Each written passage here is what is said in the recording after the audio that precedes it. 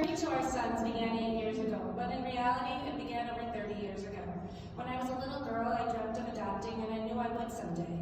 When I became engaged to my husband at 19, I told him my plan and hoped he'd be in agreement. I guess he was. When my uncle unexpectedly passed away too young, my 16-year-old daughter turned to us and said, "You've been talking and adopting since I can remember. What are you waiting for? Life is just too short to keep waiting."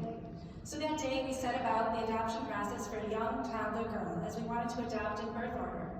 Agency after agency turned us away because most agencies are faith-based and did not want to work with a Jewish family. Or they would ask us how Jewish we looked, or if we would consider leaving our faith. Finally, we found one agency that would work with us. After the daunting process of months and months of home studies and classes, we received an email every Shabbat as I was getting ready for Shabbat dinner. A picture came through of two tiny brothers, dirty, malnourished. I called my husband and said, "I think we have our match." He said, "A little girl?" No, not a girl. And not one child, but two older boys. 6 kids, he replied, Katie? Yes, Josh, we would have 6 kids. We let our kids decide from there, and they explained long before us, these are our brothers, and bring them home. We had to move mountains within the embassies to become their parents, and that took almost 2 years. We ultimately chose older child adoption and boys because they tend to be the forgotten ones within the system, overlooked for younger children. We also knew that if no one stepped in to adopt them together, they would be separated, and that bond we could not allow to be broken. We chose Ethiopia because of its rich Jewish history and traditions, and felt that when we were adopting, we not only were adopting 2 children, but we were adopting a new culture to call our own. We learned Amharic, their native language, for 2 years prior as we waited. During this time, Ethiopia was in the midst of shutting down international adoption forever, which it currently is. Although we were their parents on paper, we knew that there was a strong chance we'd never be able to bring them home, and they would end up back on the streets, fending for themselves as they did prior to entering the care center. It was actually a preschool teacher and congregant here, Renee Kahn, who heard of our struggles and contacted Karen and Congressman Schneider, who helped us move mountains within the embassies so that our boys could come home. I spent every night, when it was daytime in Ethiopia, stalking embassies and officials to get the needed paperwork, to get there as fast as possible before international adoption shut down forever. We received a call in June of 2014 that we would be traveling the next week to meet our boys. After 16 hours of flying, my husband, daughter, and I arrived in Addis Ababa, Ethiopia, and stayed in a guest house with a guard. We had little electricity, no internet, and little access to food while there. We stood out as foreigners and had to hide our religion. Our safety was a huge concern, as was malaria and yellow fever. When we entered the orphanage, we saw very sick babies, children with all sorts of diseases and ailments. But we also saw very happy, energetic, resilient children as well. They were being cared for by a group of female nannies, all of whom were living themselves in poverty as well. One nanny would hide food in her bag to bring to feed my sons. These nannies earned just $2 a day. We became their parents in Ethiopian court, but had to leave them behind as the U.S. prepared their visas. Just imagine that thought, leaving your children behind and trying to convince them that you were really coming back this time. A week later, my husband and son traveled back to Ethiopia and planned to stay as long as it took to bring our boys home, which could be just weeks, several months, or even a year. Our boys' story is for them to tell, so some of the details may sound vague, but that is to protect them. Our boys do not know their real age.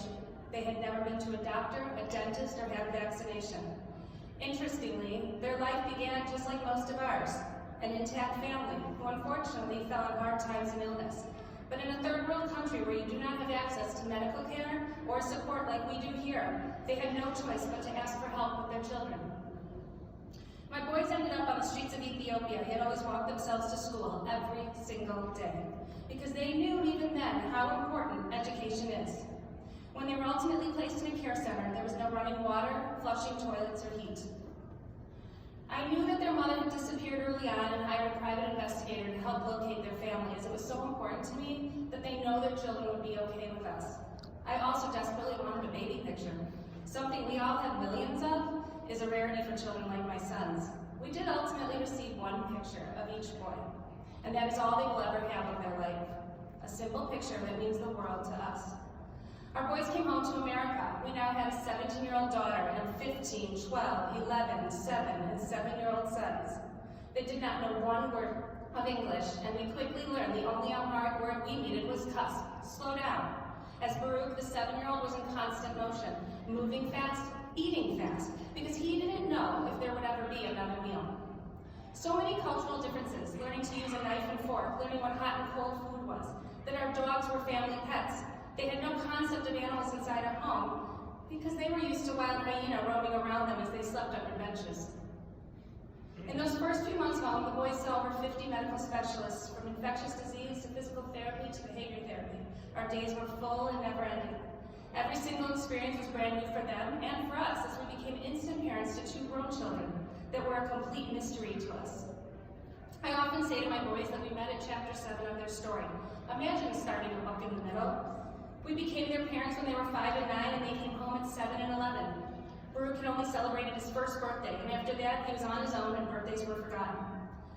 There's so much we missed out on, and so much we probably don't want to know about.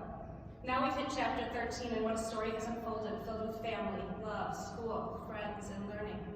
So although we missed out on the first part of their story, we are now at every page of the rest of the book. I'm already excited for the next chapters, and I can guarantee they have quite the audience reading along forever.